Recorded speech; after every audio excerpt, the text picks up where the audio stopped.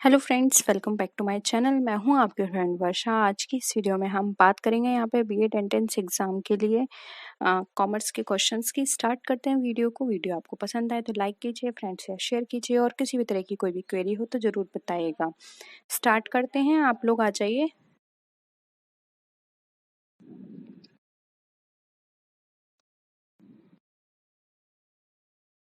जल्दी से आ जाइए सब लोग।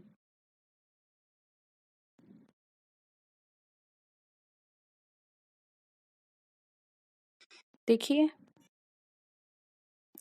Which one of the following is not the object of preparing fund flow statement? अब इसमें से कौन सा ऑब्जेक्ट यानी कि कारण नहीं है फंड फ्लो स्टेटमेंट को तैयार करने का। फर्स्ट ऑप्शन है to show the result of current financial statement. Second है to show how journal expansion on business has been financed. Third है to show the earnings of the business over a period of time, and fourth है to illustrate the relationship between profits from operation on the one hand and raising of new capital or contracting term loan on the other hand। बताइए।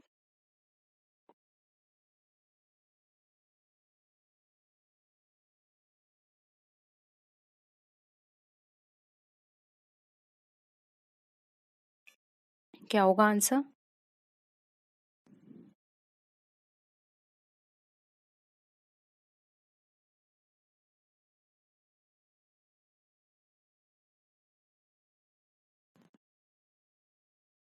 देखिए, right answer हो जाएगा D.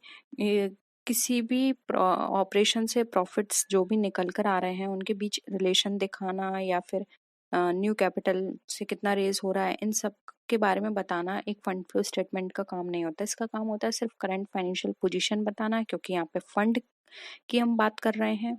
और साथ ही साथ ये बताना कि एक बिजनेस पर एक जर्नल एक्सपेंशन कितना चाहिए, उसके लिए कितना फाइनेंस की जरूरत है। देखिए, फंड फ्लो स्टेटमेंट का मेन पर्पस यह होता है कि कितना फंड चाहिए हमारे पास, कितना फंड है या फिर कितना फंड कहीं और इन्वेस्ट करना है, यानी फंड से रिलेटेड सारी चीजें इसमें देखी जाती हैं। लेकिन यहाँ तो रिलेशन की बात कर रहे हैं, तो ये इसलिए यहाँ पे ऑप्शन 4 बिल्कुल रॉन्ग है। ये इसका ऑब्जेक्ट नहीं है फंड फ्लो स्टेटमेंट को प्रिपेयर करने का। ठीक है, नेक्स्ट है On 1st January 1995, the plant and machinery was rupees valued 18,000, and on 31st December 1955, it was valued at 1,20,000 rupees. 10,000 were written off as depreciation during the year. This will result in, बताइए। Solve करिए पहले इसको।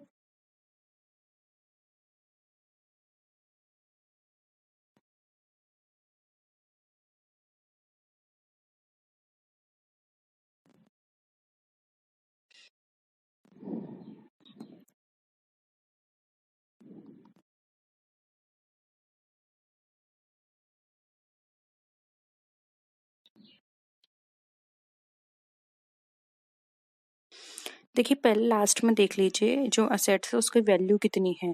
31 दिसंबर 1995 को value कितनी आ रही है? 120। ठीक है, 1,20,000 है। अब इसमें राइट ऑफ किए गए हैं 10,000, तो पहले 10,000 राइट ऑफ किए गए हैं, तो हमें अभी राइट ऑफ नहीं करने, तो इसको प्लस कर दो। कितना हो जाएगा? 130। ठीक है, अब यहाँ पर ये क्या बोल रहे हैं कि on 1 January 1995 plant and machinery was valued है 80,000। अभी 80,000 की थी 1 जनवरी पे, और लास्ट में आया है 130।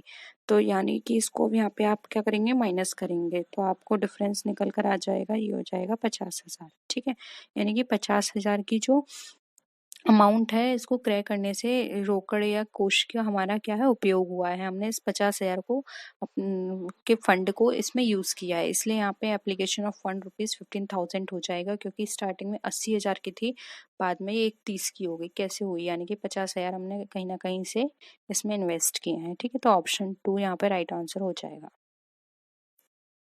नेक्स्ट है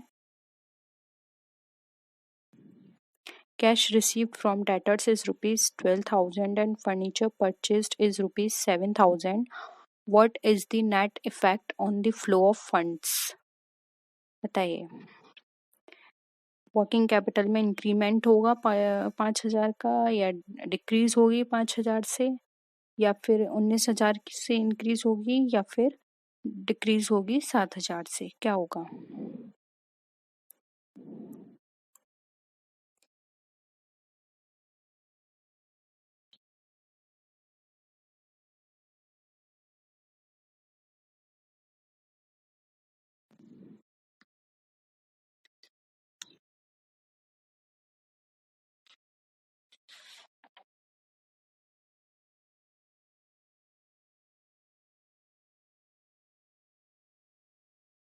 जल्दी बताइए आंसर।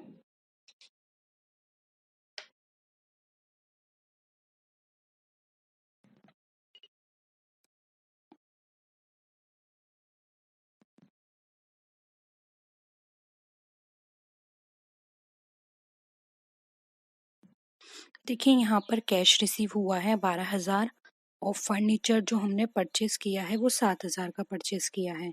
ठीक है, तो यहाँ पे कैश हमारा गया कितने का, 7,000 का, और 12,000 हमारे रिसीव हुए हैं। ठीक है, तो यहाँ पर 12,000 और 7,000, देखिए दोनों एक दूसरे को प्रभाव को यहाँ पे खत्म कर रहे हैं। ठीक है, तो जो फर्नीचर हमने क्रय किया है वो व्यावसायिक नेचर का है, यानी कि वो बिजनेस नेचर का है, और जो रोकड़ हमने ये यूज की है वो यहाँ पर हमारे क्या है, फंड कम कर रही है। इसलिए जो फंड कम कर रही है तो ये तो इससे रिलेटेड है, यानी कि इससे तो हमारा कोई लेना देना नहीं है। तो हमारा जो यहाँ पर डिक्रीमेंट होगा, जो कार्यशील पूंजी में कमी आई है वो किससे आई है, 7,000 से। तो ऑप्शन 4 यहाँ पे हमारा राइट आंसर हो जाएगा। ठीक है, समझ में आ गया।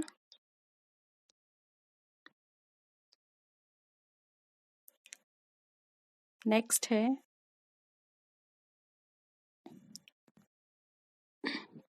a company shall not proceed to allot shares until the beginning of which day from the date of the issue of the prospectus। बताइए।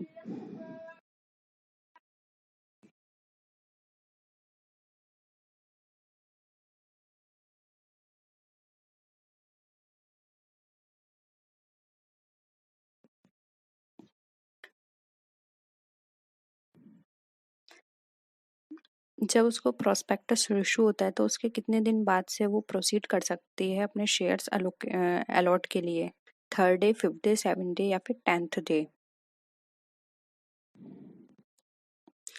देखिए कोई भी कंपनी अगर उसको प्रोस्पेक्टस मिल जाता है तो 5 दिन के अंदर अंशों को आवंटन नहीं करना चाहिए, बल्कि न्यूनतम 5 दिन आवेदकों की आखिरी समय देना चाहिए। तो यहाँ पर जो राइट आंसर हो जाएगा वो कौन सा होगा, ऑप्शन बी, 5th डे। ठीक है, 5th डे से नहीं करना चाहिए क्योंकि देखिए इसमें नॉट पूछा है, नॉट, याद रखिएगा। तो 5th डे से नहीं करना है उसे, 5th डे तक का तो उसको मिनिमम टाइम है, यानी कि 5th के बाद ही करना है। ठीक है, तो ऑप्शन 2 यहाँ पे राइट है। नेक्स्ट है, X company purchased a machinery paying cash rupees 5,000, sold inventory for cash rupees 10,000 at cost and collected bills receivable of rupees 5,000 during a month। The net effect on the fund flow would be, क्या होगा। Purchase करी है machinery, उसको पे किए हैं 5,000 और inventory बेची है 10,000 की जो कि एट कॉस्ट पर है, बिल्स रिसीव किए हैं 5,000 के, इससे फंड पर क्या इफेक्ट पड़ रहा है।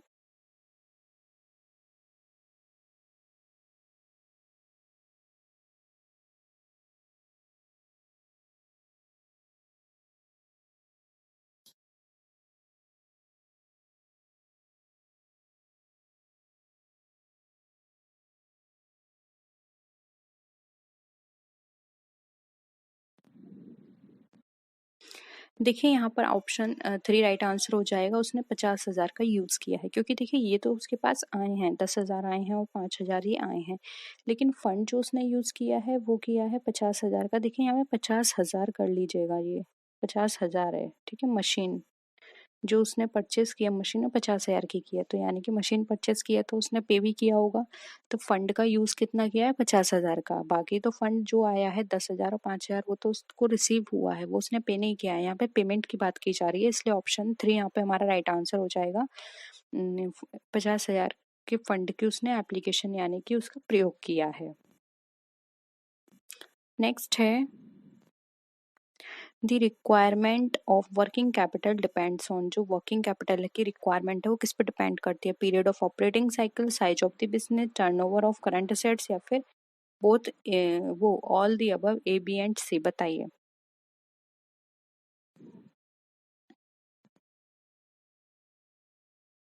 देखिए, जब हमने थ्योरी पढ़ी थी तब हमने बताया था कि जो वर्किंग कैपिटल होती है वो हमारी सब चीज़ों पे डिपेंड करती है। कंपनी के अंदर टेक्नोलॉजी कौन सी यूज़ हो रही है, कंपनी के अंदर कितनी लेबर है, कंपनी के अंदर मशीनरी कितनी है, उसका साइज कितना है, इन सब पे डिपेंड करती है। उसका लाइफ साइकिल कितना है, लाइफ साइकिल से मतलब उसका प्रोडक्शन साइकिल से है, ठीक है। तो ये सब चीज़ों पे डिपेंड करती है, इसलिए यहाँ पे ऑप्शन 4 हमारा राइट आंसर हो जाएगा, ठीक है। नेक्स्ट है, while preparing fund flow statement, an increase in working capital is regarded as application of fund, sources of fund, neither application nor source of fund, both application as well as source of fund। बताइए।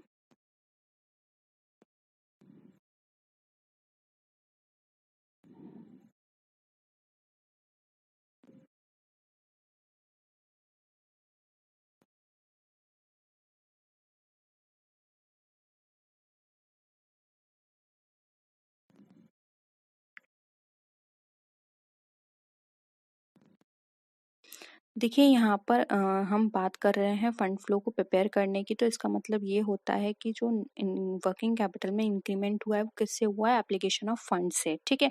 तो option A यहाँ पे right answer हो जाएगा। Source of fund से कैसे increment होगा, नहीं होगा, ये भी नहीं होगा इसका आंसर, एंड ये भी। सिर्फ एप्लीकेशन ऑफ फंड से उसकी वर्किंग कैपिटल बढ़ेगी अगर फंड हमें रिसीव होता है तो, ठीक है। तो यहाँ पे ऑप्शन ए यहाँ पे हमारा राइट आंसर हो जाएगा। नेक्स्ट है, sale of long-term investment indicates a change in current assets, application of funds, increase in working capital या फिर source of funds। बताइए।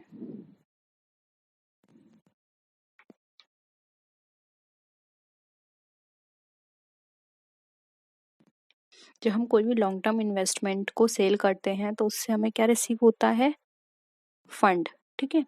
तो करंट असेट्स में कोई भी इंक्रीमेंट नहीं हुआ, एप्लीकेशन ऑफ फंड में नहीं हुआ, इंक्रीज इन वर्किंग कैपिटल में नहीं हुआ, ये हमारे सोर्स ऑफ फंड है, यानी कि हमारा पास क्या हुआ, फंड जनरेट हो गया। ये एक तरह से हमारे लिए सोर्स का काम करेगा, इसलिए यहाँ पे ऑप्शन 4 हमारा यहाँ पे करेक्ट है, ठीक है। नेक्स्ट है, if sale ₹14,900, gross profit 3,300, net loss is ₹500, operating expenses पूछे हैं, बताइए।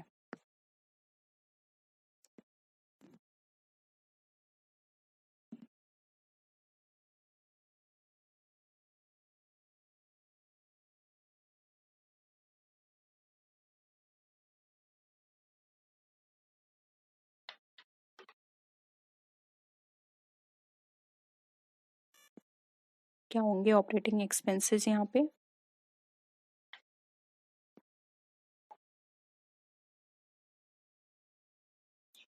देखिए, ऑपरेटिंग एक्सपेंसेस किस तरह से निकालते हैं। ऑपरेटिंग एक्सपेंसेस के लिए चाहिए हमें ग्रॉस प्रॉफिट और साथ ही साथ हमारा लॉस, अगर नेट लॉस है या फिर नेट प्रॉफिट है, ठीक है।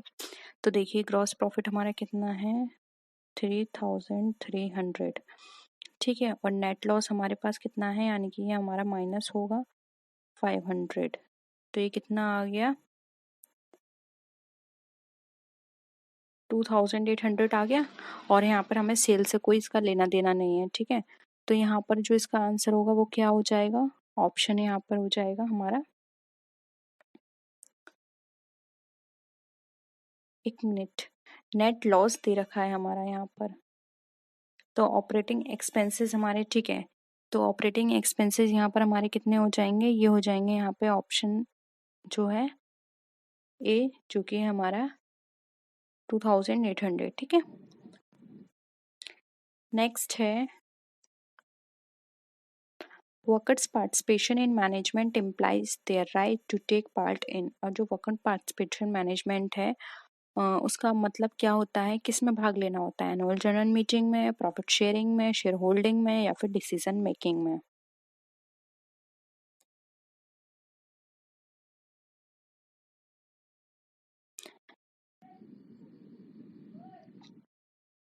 देखिए, एनुअल जनरल मीटिंग में तो शेयर होल्डर्स पार्टिसिपेट करते हैं बोर्ड ऑफ डायरेक्टर्स के साथ। प्रॉफिट शेयरिंग में तो नहीं कर सकते, प्रॉफिट शेयरिंग में जो भी उनके मेंबर्स हैं वो इस पार्ट करेंगे। शेयर होल्डिंग में शेयर होल्डर्स को सिर्फ उनका डिविडेंड मिलेगा। यहाँ पर ये वर्कर्स पार्टिसिपेशन का मतलब होता है उनको डिसीजन मेकिंग में पार्टिसिपेशन मिल रहा है, यानी कि वो अपने व्यूज दे सकते हैं। वो अगर किसी भी एक्टिविटी के ऊपर कोई भी डिसीजन लिया जा रहा है तो वो अपने व्यूज सबके सामने रख सकते हैं, इसका पार्टिसिपेशन होता है। इसलिए यहाँ पे ऑप्शन 4 हमारा राइट आंसर हो जाएगा। नेक्स्ट है money received in advance from shareholders before it is called up by the director is debited to calls in arrears account, debited to calls in advance account, credited to calls in arrears account या फिर credited to calls in advance account। क्या होगा?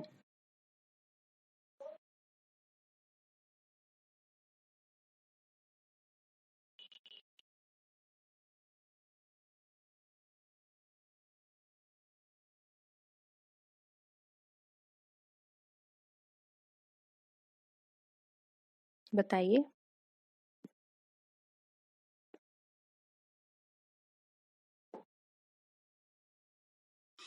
देखिए अगर company ने या company की तरफ से बोर्ड ऑफ डायरेक्टर जो है उन्होंने कोई भी रिसीव करी है मनी, ठीक है, और वो भी कैसी करी है, एडवांस में रिसीव करी है, तो ये उनके लिए क्या है, एक तरह का एक लायबिलिटी है, ठीक है। अगर जब तक डेट नहीं आ जाती तब तक के लिए उन उन वो उसको एज ए लायबिलिटी ट्रीट करेंगे, तो लायबिलिटी उनके लिए क्या हो जाएगी, उसको वो क्रेडिट करेंगे। इसलिए यहाँ पे ऑप्शन 4 राइट आंसर हो जाएगा, credited to calls in advance account. क्योंकि यहाँ पर वो अब उसको जब तक वो डेट नहीं आ जाती तब तक वो उनके लिए लायबिलिटी है, इसलिए वो उसको अपने यहाँ पर क्रेडिट शो करेंगे, ठीक है। तो credited to calls in advance account हमारा राइट आंसर हो जाएगा। नेक्स्ट है DuPont chart used in financial analysis relates to analysis of capital expenditure, liquidity position, overall performance या फिर मूवमेंट इन शेयर प्राइसेस। बताइए।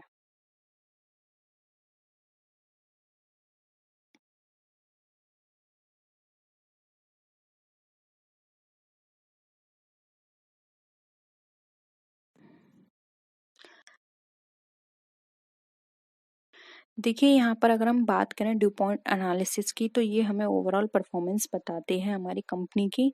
तो यहाँ पर इसका जो राइट आंसर हो जाएगा 3 राइट आंसर होगा।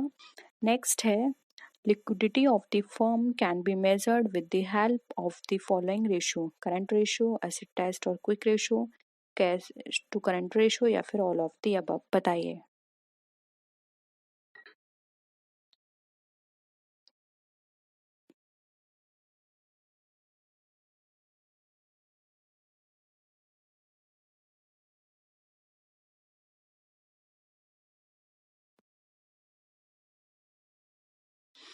देखिए हम कंपनी की लिक्विडिटी कैसे कैलकुलेट कर सकते हैं, करंट रेशियो से, क्योंकि करंट रेशियो से हमें पता चलेगा कि कंपनी के अंदर कितनी करंट लाइबिलिटीज और असेट्स है, तो इससे हमें लिक्विडिटी पता चलेगी, क्योंकि दोनों ही शॉर्ट टर्म के होते हैं। और एसिड ट्रेड्स ये भी हमारा हेल्प करेगा लिक्विडिटी को फाइंड आउट करने में, और कैश और करंट रेशियो भी होगा, इसलिए ये ओवरऑल सारे ही रेशियो हमें हेल्प करेंगे किसी भी फर्म की लिक्विडिटी को मेजर करने में। तो ऑप्शन 4 यहाँ पे हमारा all of the above right answer हो जाएगा। नेक्स्ट है which one of the following does not form part of the managerial skills, conceptual skills, behavioral skills, entrepreneurial skill या फिर analytical skills।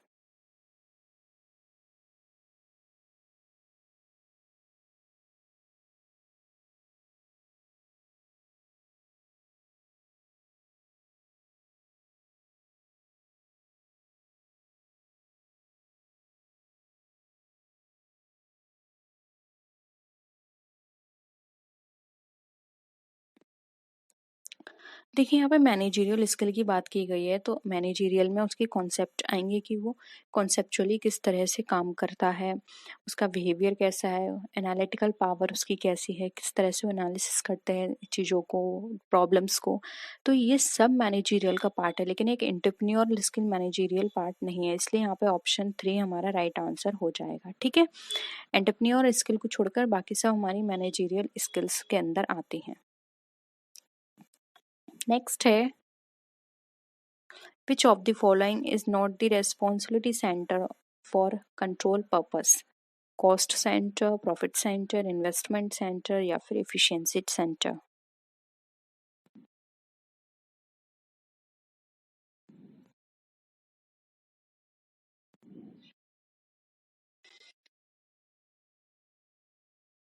देखिए, आपने रिस्पॉन्सिबिलिटी सेंटर पढ़े होंगे, तो रिस्पॉन्सिबिलिटी सेंटर में इनके सब पार्ट थे कॉस्ट, प्रॉफिट एंड इन्वेस्टमेंट। ठीक है, तो ये तीनों ही गिवन है, लेकिन एफिशिएंसी यहाँ पे एक्स्ट्रा गिवन है जो कि इसका पार्ट नहीं है, इसलिए ऑप्शन 4 यहाँ पे राइट आंसर हो जाएगा।